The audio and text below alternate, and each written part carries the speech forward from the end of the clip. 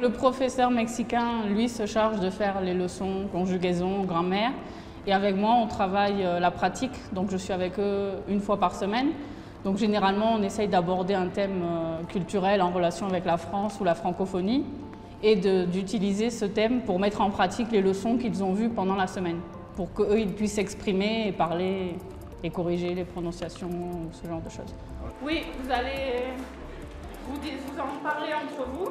Chacun vous dites quel est votre lieu préféré et pourquoi. On va utiliser parfois la musique, on va utiliser des chansons pour faire des compréhensions auditives ou ce genre de choses.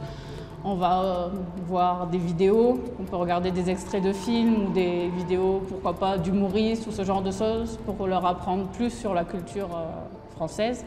Moi, ce qui me plaît vraiment, c'est partager ma culture et avec un public réceptif, c'est-à-dire qu'on voit vraiment qu'ils sont vraiment motivés et intéressés. Donc ils ont envie d'apprendre, ils posent des questions, ils s'intéressent. Comme ça, c'est beaucoup plus simple pour vous, d'accord ? Parce que sinon, tous les deux mots, vous allez hésiter, vous allez dire « Ah, qu'est-ce que je dis? C'est quoi le mot ?» Okay. On les ouvre à certains aspects que les professeurs mexicains. Ici, c'est vrai qu'il n'y a aucun professeur natif français, c'est que des professeurs mexicains, donc ils n'ont pas la même vision.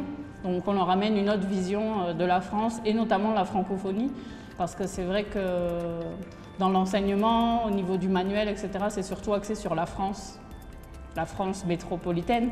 Donc c'est vrai qu'on ne voit pas beaucoup tout ce qui est îles, outre-mer et même les autres pays, que ce soit les pays francophones d'Afrique ou ce genre de choses. Donc on essaie vraiment de les ouvrir à ces aspects-là. C'est vrai qu'ils ne se rendent pas compte. Pour eux, le français, ça va être France, Belgique, Canada, mais ça s'arrête là. Donc ils ne se rendent pas compte de tous les autres pays, généralement, qui parlent français aussi.